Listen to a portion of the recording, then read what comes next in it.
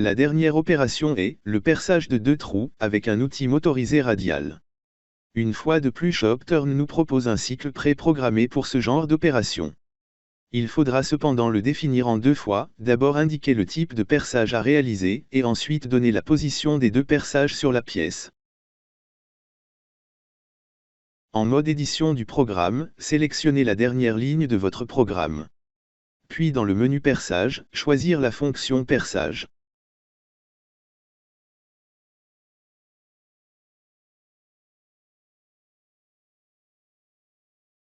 Choisir l'outil dans la liste.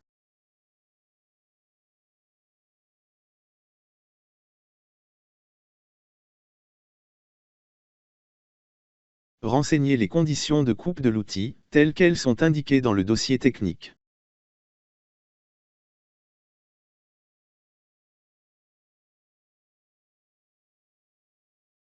Choisir la position du perçage, radial ou bien axial.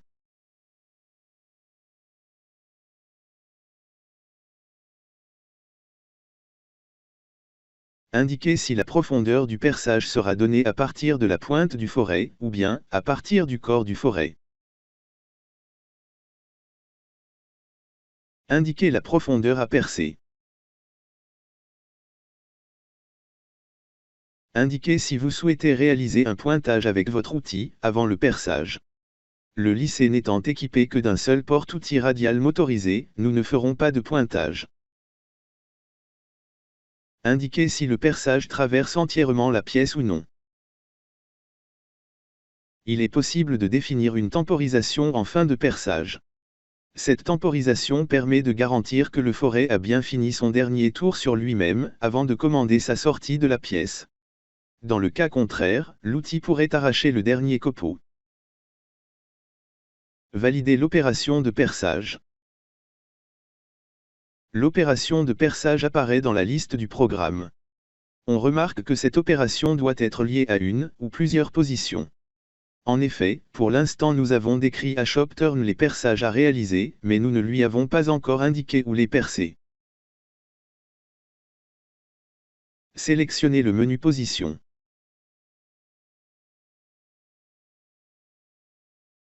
Shopturn nous propose différentes répartitions pour les perçages. En ligne, en quadrillage, en carré, ou en cercle, complet ou non.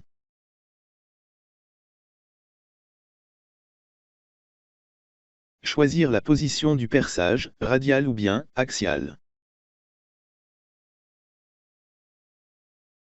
Indiquer le diamètre de début du perçage. Indiquer la position en Z du perçage. Indiquer la position angulaire du premier perçage. Indiquer la position angulaire du second perçage.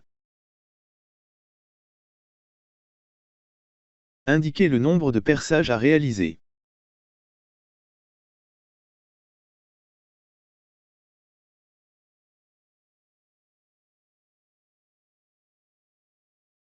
Valider l'opération. Cette fois, l'opération de perçage est bien reliée à des positions. Dans notre cas, cette opération de perçage se répétera 2 fois. À nouveau, vous pouvez lancer la simulation pour vérifier votre paramétrage.